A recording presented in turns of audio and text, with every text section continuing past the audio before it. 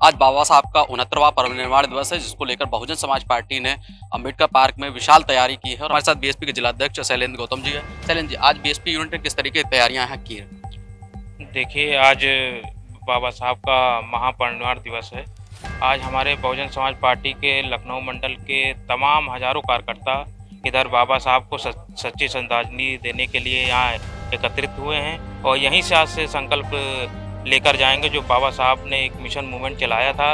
और उस mission movement को चलाने में जो मुख्य भूमिका अगर कोई निभा रही है वो बहुजन समाज पार्टी आदरणीय हमारी मायावती जी। हाँ, बिल्कुल। हमारे साथ अखिलेश अम्बेडकर साहब भी हैं। सर, लगातार लोग अभी संविधान की प्रतियां लेकर, बाबा साहब की तस्वीर लेकर राजनीति करते रहे हैं, लेकिन जो आरक्षण में वर्गीकरण लगाया गया उस पर क्या कहेंगे? विपक्षी दल किस तरीके से बाबा साहब की विचारधारा को रखते हैं? देखिए, इस देश में जितने भी दल हैं, चाहे कांग्रेस के लोग हों, चाहे भारतीय जनता पार्टी के लोग हों, ये लोग वोट पाने के लिए तो बाबा साहब अम्बेडकर का नाम लेते हैं। लेकिन इस देश के अंदर जो वंचित लोग हैं, जो अनुसूचित जात के लोग हैं, जनजात के लोग हैं, आदिवासी हैं, अगर उनकी आवाज़ को उठाने का मामला आता है, उन्हें अधिकार दिलाने का मामला आता है, निश्चित तौर पर ये मुँह छुपाने का काम करते हैं।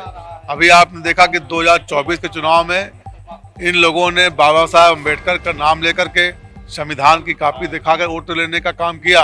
लेकिन जब वर्गीकरण का मामला आया तो उस समय ना कांग्रेस के लोगों ने बात कही रखी, न समाजवादी पार्टी ने बात रखी। केवल एकमात्र नेता, हम सबके नेता आदरणीय बहन जी ने वर्गीकरण का विरोध करने का काम किया है। निश्चित तौर पर इस देश के अंदर परम पूज्य बाबा साहेब अम्बेडकर के संविधान को अगर कोई लागू कर सकता है तो एक नेता आदरणीय बहन कुमारी मायावती जी हैं। आज इस मौके पर हम सब परम पूज्य बाबा साहब अम्बेडकर के चित्र पर यहाँ पर सेवा करने के लिए इकट्ठा हुए हैं। निश्चित तौर पर आज यहाँ से संदेश लेकर के लोग जाएंगे और इस मिशन मूवमेंट को जो बाबा साहब अम्बेडकर ने हमें आपको अधिकार दिए हैं, इसको आगे बढ़ाने के लिए आदरणीय बहन जी के हाथों को मजबूत करेंगे। तो हमारे साथ और बीएसपी के वरिष्ठ नेतागण हैं। सर, क्या मैसेज रहेगा बहुजन समाज पार्टी के कार्यकर्ताओं को? आज परम पूज्य बाबा साहब डॉक्टर भीमराव अंबेडकर जी का 68वां परिनिर्वाण दिवस है और इस 68वें परिनिर्वाण दिवस पर बहुजन समाज पार्टी के सभी छोटे बड़े कार्यकर्ता, पदाधिकारी सभी संकल्प ले रहे हैं कि आने वाले समय में, खासकर 2027 में, बहुजन समाज पार्टी की सरकार बना करके परम पूज्य बाबा साहब डॉक्टर भीमराव अंबेडकर के सपने को साकार करना है। ये काम हम लोग कर रहे हैं। बहुत से दल के लोग हैं जो बाबा साहब, मानव कांशीराम साहब की तस्वीरों को प्रयोग कर रहे हैं और कह रहे हैं बहुजन समाज पार्टी से बाबा साहब की असली जमीन छीनने का काम करे। उनके लिए क्या कहें? देखिए, बहुजन समाज के लोग अब जागरूक हो रहे हैं।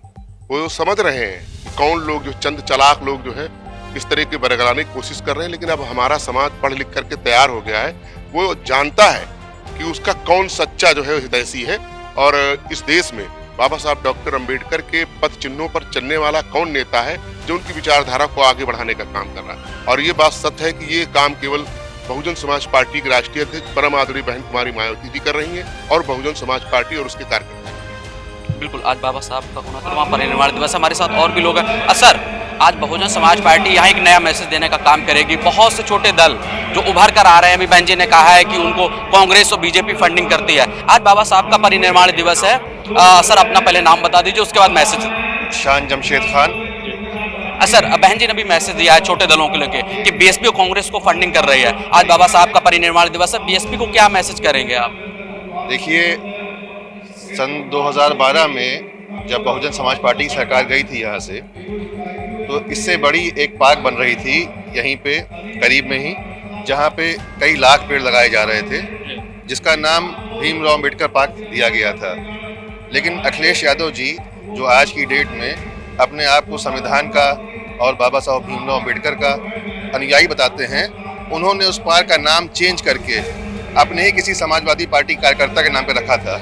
मुझे नाम नहीं याद उनका, उस कार्यकर्ता का क्या नाम था, क्योंकि वो कोई बहुत जाने माने कार्यकर्ता नहीं थे। जनरेशन में तो पार्क तो नहीं? हाँ, शायद वही नाम था उनका, है ना। उस पार्क का नाम उन्होंने बदल करके जनेश्वर मिश्र पार्क रख दिया था।